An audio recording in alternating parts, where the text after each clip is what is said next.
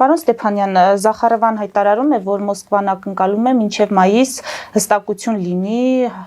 Սյունիքում ռուսական հյուպատոսության բացելու հետ կապված։ Հայկական կողմի դիրքորոշումը ենթադրելի է, ինչպիսին կլինի։ Սա ժամկետ է տալիս հայկական կողմին այդ հյուպատոսության հետ կապված։ Ես երբեք չեմ փորձի ենթադրել, թե հայկական կողմի դիրքորոշումը ինչպես է լինել, ինչպիսին է լինել։ Եթե խոսքը գնում է Նիկոլ Փաշինյանի կառավարության մասին։ Ես կարող եմ ասել, ինչն է ենթադրելի ողջամտության եւ ռացիոնալության տեսանկյունից, ենթադրելի է, որ այդ հյուպատոսությունը չպետք է բացվի ոչ մի դեպքում։ Իրենք դեռ անցյալ տարի հուլիսի 1-ին Լավրովը ինչ որ հրաման է ստորագրել, որ հուլիսի 1-ին այդ հյուպատոսությունը պետք է բացվի։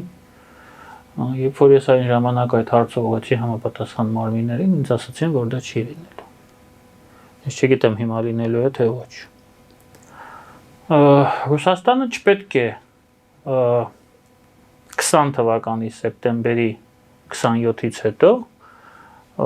որևէ տեղ Հայաստանի Հանրապետություն մի ներկայությունը ավելացնի։ Ոչ միայն Սյունիքի մարզում, ոչ միայն Կապանում, ոչ միայն այդ իրենց մտքերում, գոյություն ունեցող միջանցքի շրջակայքում, այլ ընդհանրապես Հայաստանի Հանրապետությունում չպիտի ներկայություն ունենա, չպիտի այդ ներկայությունը ավելանա, միայն պետք է գնալով պակասի, որտեվ նրանք դաշնակից չեն, երբ որ նրանք ասում են, որ սա սիմետրիկ քայլ է եւ Հայաստանը ունի մի քանի հյուպատոսություն Ռուսաստանում, նրանք մեկ պարզ պատճառով սխալվում են, որ դա չի կարող լինել սիմետրիկ, հաշվի առնելով որքան հայ է ապրում Ռուսաստանում եւ որքան ռուս է ապրում Հայաստանում։ Կապանում նոր հյուպատոսությունը որևէ կերպ, որևէ ողջամտության եւ ռացիոնալ բացատրություն չի կարող ունենալ, ողջամիտ բացատրություն։ Ես հուսով եմ, որ դա տեղի չի ունենա։ Բայց ռուսական կողմի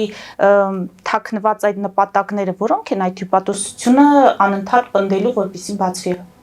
Ավելացնել սեփական ազդեցությունը։ Իրենք վաղուց պատրաստել են Սյունիքի մարզում Լավրով 2 օպերացիա։ Այն ինչ տեղի ունեցել Լեռնային Ղարաբաղում։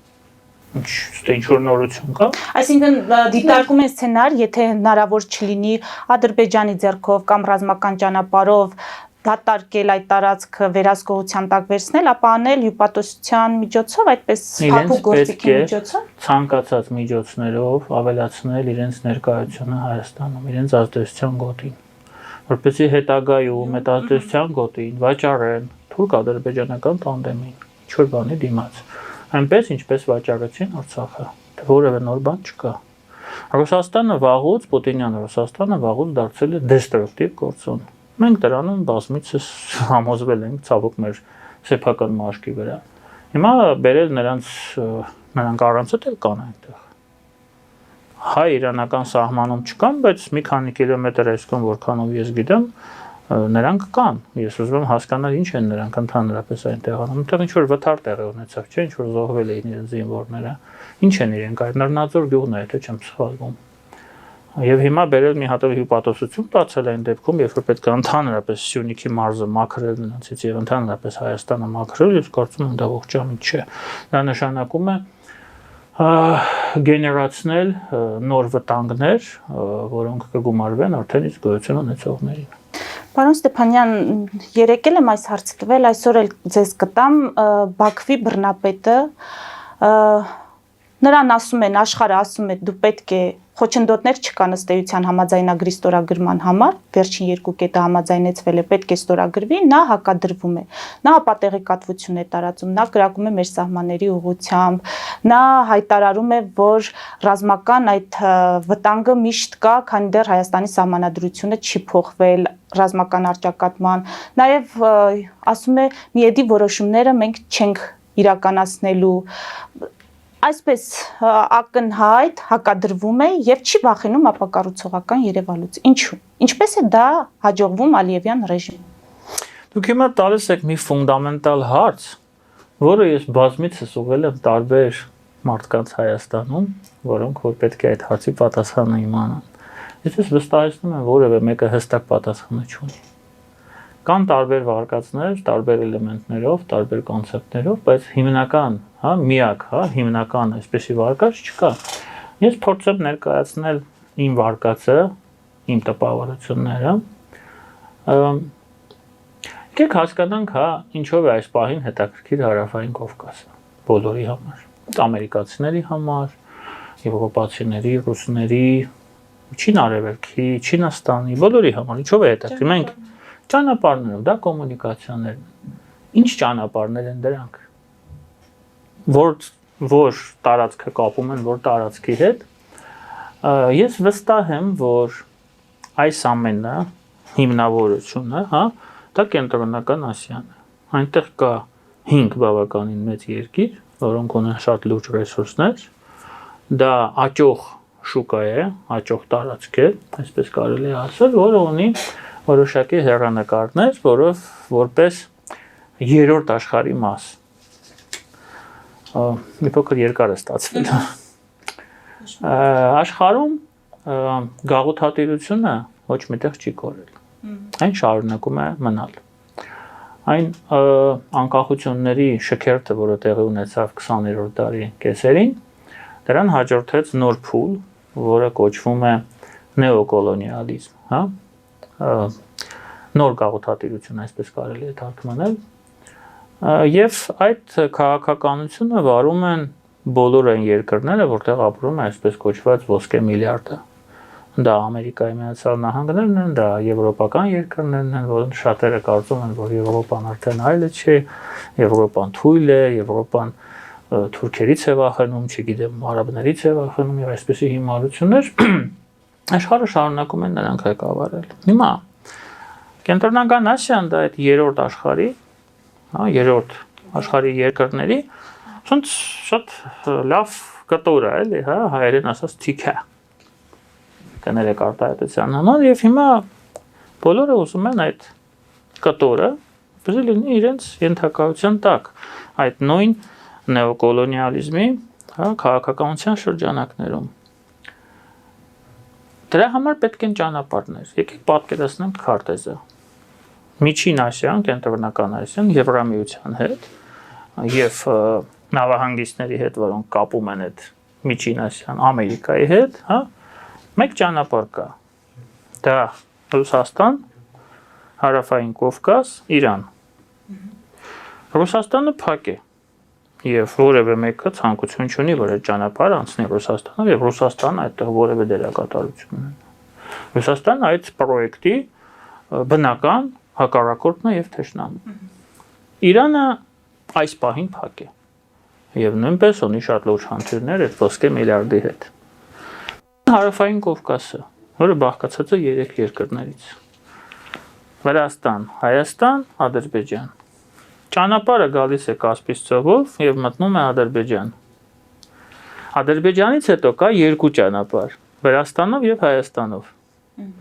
Իսկ Ադրբեջանով մեկն է, այսինքն Ադրբեջանը դուբլոր չունի, միակն է։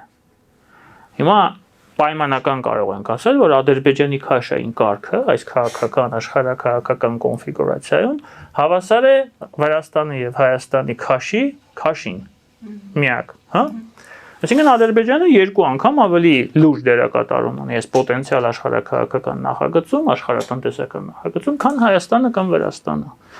Այստեղից է գալիս այս պահին Ալիևի իրեն թանկ վաճառելու ձգտումը։ Ինքը ուզում է իրեն վաճառի հնարավորինս թանկ, ուզում է մաքսիմալը ստանա։ Բայց կարող ենք ասել, որ չի կարողանում կամ չի հաջողվում այս պահին Մինչև այս պահին չի հաջողել, որովհետև դրան առաջին հերթին դեմ է եղել թիվ 1 բենեֆիցիարը այդ պրոյեկտի, դա Ամերիկայի Միացյալ Նահանգներն են, Բայդենի Ամերիկայի Միացյալ։ Հիմա եկել է Թրամփի Ամերիկայի Միացյալ Նահանգները, եւ դեռ պարզ չի։ Ես Բաքվում չեմ եղել, երբ որ Վիտկոֆը բանակցում էր Ալիևի հետ, ես չգիտեմ ինչ էին բանակցում, բայց այն, որ նրանք չեն հասել ընդհանուր հայտարարի, դա ակնհայտ է։ Եվ Վոլցի հայտարարությունը Twitter-ում, որը եղավ 2-3 օր հետո, դրա վառապացույցն է։ Կկարողանան պայմանավորվել հետագայում, թե ոչ, դա հարց է։ Կպայմանավորվեն մեր հաշվին, դա էլ է հարց։ Ալիևը շարունակում է առևտուր անել։ Ես կարծում եմ, որ նրանից հետո, երբ որ Աֆղանստանից կոնտինգենտը դուրս եկավ ամերիկյան եւ բաների, հա, դաշնակիցների կոնտինգենտը, Ադրբեջանի դերակատարումը կտրուկ նվազեց։ Եվ Ալիևը բողոքում էր, չէ, ասում էր առաջ երբ որ մենք ձեզ պետք էինք Աֆղանստանը, դուք մեզ հետ հաշվի եք նստում ամերիկացիներին, հա, Բայդենի վարչակարգ։ Հիմա մեզ բանի տեղ չեք դեն։ Հիմա եկել է նոր кейս, նոր գործարք։ Հիմա Ալիևը փորձում է իրեն հնարավորինս թանկ վաճառել եւ պահանջում է որպես դերադիմաց ստանալիք Հայաստանը։ Եվ դրա մեջ տեղավորել Ալիևի այն հայտարարությունը, որ անդրադարձել է ռուս-ուկրաինական պատերազմին, ասել, որ տարածքները ուկրաինական օկուպացված են Ռուսաստանի կողմից, իրենք որպես երկու պատերազմ տեսած երկրի ղեկավար ինքը կարող է ասել, որ միանշանակ դրանք Ուկրաինայի տարածքներն են եւ Ռուսաստանի օկուպացիայի ներքո են գտնվում, այսինքն Ռուսաստան դաշնակից Ռուսաստանի դեմ այսպիսի հայտարարություններ անելով փորձում է այդ վաճառքի տրամաբանության մեջ տեղավորվել։ Ռուսաստանը այս պահին աշխարհում դաշնակիցներ չունի, ընդհանրապես։ Նա ունի մեկ դաշնակից, դա Լուկաշենկոն է, որը ստիպված է։ Բելարուսն էլ իրենց դաշնակիցը չի։ Լուկաշենկոն է դաշնակից, որտեղ Պուտինի անձնական պատլեցն է։ Դաշնակից չունի։ Հիմա Ալիևը վաղը, եթե պետք գա, եթե նա հասկանա, որ դրա դիմացն լուրջ պրեֆերենցիա է ստանում, նա կարող է ասել, որ Պուտինը երեխաներին եփում եւ ուտում է։ Դա էլ է սպասելի։ Այսինքն այդ առևտրի Իհարկե, վաղը եթե պետք լինի, ինքը 1 ժամվա ընթացքում Ռուսաստանին կգցի։ Ինչ դաշնակից, ինչ բան։ Հիմա այս պահին ինչ որ բաներ է փոկում, ինչ որ բաներ դեռ գազ են ծախում, բան են ծախում Ադրբեջանի տարածքով Եվրոպա, այս գործեր են անում, էլի։ Բայց վաղը եթե նա հասկանա, որ ավելի շատ բան կարող է ստանա ԱՄՆ-ից, միանգամից կգցի Ռուսաստանը, եւ նույնը Էրդողանը կանի։ Եվ դա լինելու է։ Սա է ընդհանուր այն պատկերացումը, որը ես ունեմ, կախված Ալիևի այդ համառության հետ եւ նրա դիրքերի այսպես կոչված ամրության հետ։ Եվ ոչ մեկ չգիտի արդյոք նա կստանա այն ինչ ցանկանում է։ Ես կարծում եմ այստեղ նաեւ մենք ունենք շատ բան։ Այլ շատ լավ է, որ անդրադարձակ մեր դերակատարությանը։ Հիմա Ալիևը առևտուր է փորձում անել, իսկ մենք ինչ ենք անում։ Մենք ունենք առևտրի հնարավորություն, եթե ունենք, արդյոք օգտվում ենք այդ հնարավորությունից, թե չենք օգտվում։ Ինչ ենք զբաղված։ Իհարկե ունենք։ Դե գիտեք, ժամանակին Նիկոլ Փաշինյանի խաղաղության այդ խաչմերուկը շատ ինչ որ քմծիծաղներ առաջացրեց, հա, մարդիկ փորձում էին զրոյի հավասարացնել այդ գործընթացը։ Խաղաղության խաչմերուկը դա Նիկոլ Փաշինյանի առաջարկն է այս տրամաբանության մեջ, որ Հայաստանը պատրաստ է լինել այդ միջանցքի մասը, աշխարհակահաղական, աշխարհատնտեսական միջանցքի մասը եւ որևէ խնդիր չի տեսնում նույնիսկ Իրանի հետ այս հարցում։ Ու հասկանալի է, որ սա չափազանց, այսպես ասեմ, պատրանքային մոտեցում է այսօրվա աշխարհում, բայց այնուամենայնիվ սա կոնցեպտ է եւ սա կոնցեպտ է, որին դեմ ոչ մեկ չի կարողացել արտահայտվել, հա? Խոսքը գնում է լուրջ դերակատարների մասին, խոսքը մեր ընդդիմության մասին չի։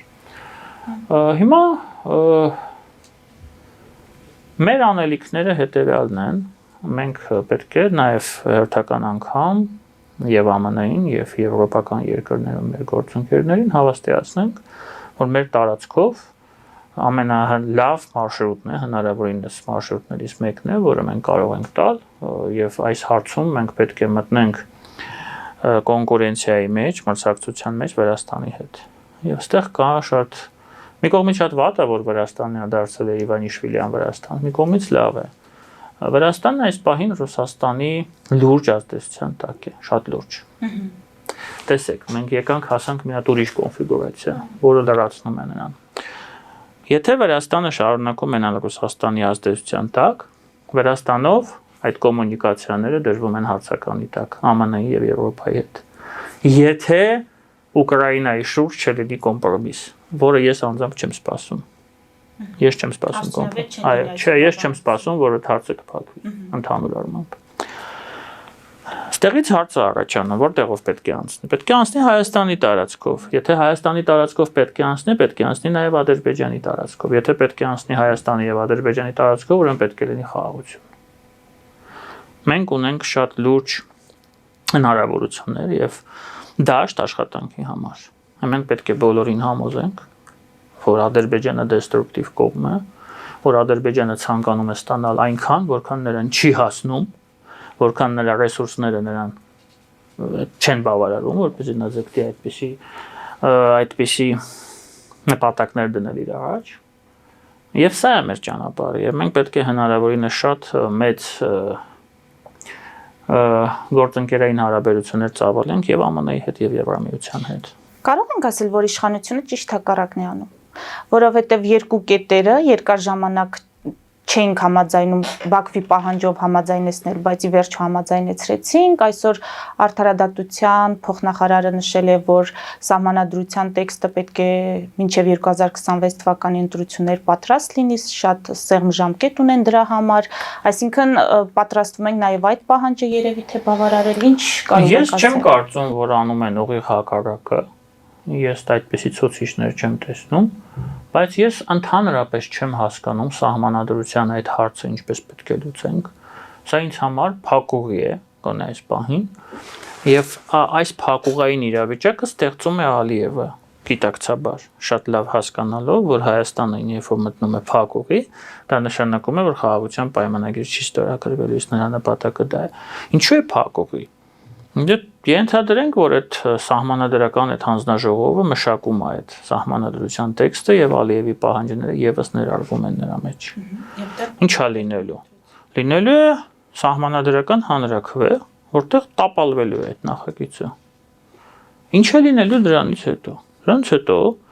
Ալիևը հայտարարելու է, որ ռևանշիստ է ոչ միայն Նիկոլ Փաշինյանը եւ դաշնակները, այլ ամբողջ հայ ժողովուրդը, որը չի ցանկանում խաղաղության գնալ եւ Ադրբեջանի նկատմամբ ունի տարածքային պահանջներ եւ նկարտումներ։ Դրանից հետո եթե Ալիևը հնարավորություն ունենա հարձակվել, նա հարձակվելու է։ Սա փակուղի է։ Ես անձամբ անկեղծ ասեմ, ես չեմ պատկերացնում այս փակողից ինչպես դուրս գալ։ Ես կարծում եմ, որ ուղղակի պետք է այդ հարցը չներառել սահմանադրական փոփոխությունների փաթեթների մեջ։ Չդիտարկել սցենար, որ իշխանություններին հաջողվի հանրության հետ այս մեկ տարվա ընթացքում այնպես խոսել, որ բերել հանգեցնել դրական։ Իշխանություններին չի հաջողվել Գյումրիում նստեցնել քաղաքապետ։ Ինչի մասին եք խոսում։ Ես բացառում եմ դա գրեթե։